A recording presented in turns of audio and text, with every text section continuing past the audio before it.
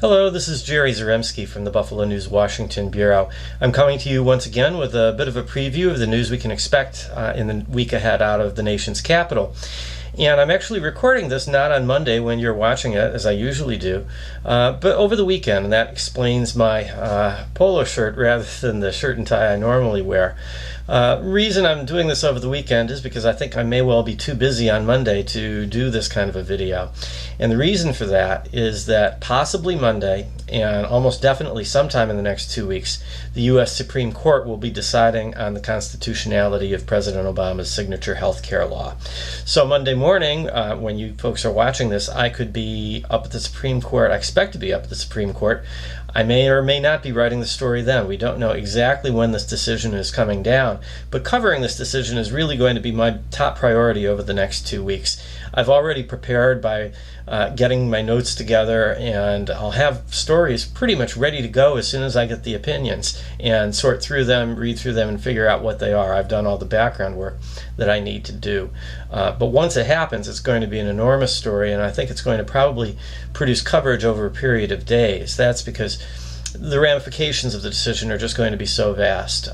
So I hope you'll be taking a look for this. It's going to be really quite potentially one of the most important Supreme Court rulings in many, many years.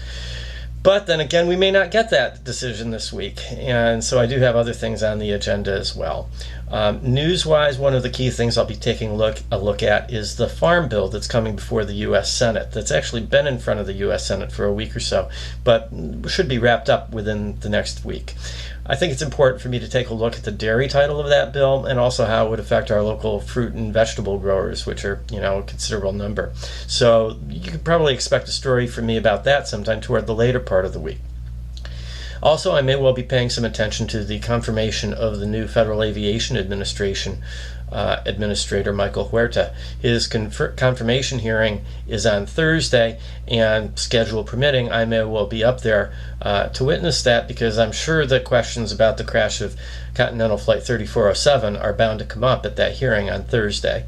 So every time there's something to do with that crash, which took place, of course, in Clarence in 2009, every time something happens related to that crash here in Washington, I think it's my duty to cover it, so I'm planning to be there.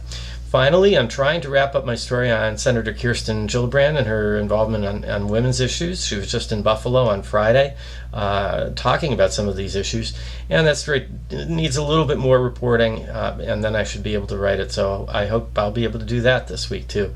But that and so much else depends on the U.S. Supreme Court. So we'll see what's going to be happening here on Monday later in the day, and I hope you'll be reading those stories and all the stories I do in the Buffalo News for the coming week and for a long time ahead. And I hope you'll be back here with me next Monday as I tell you about the next week of news. Thank you very much. Have a good week.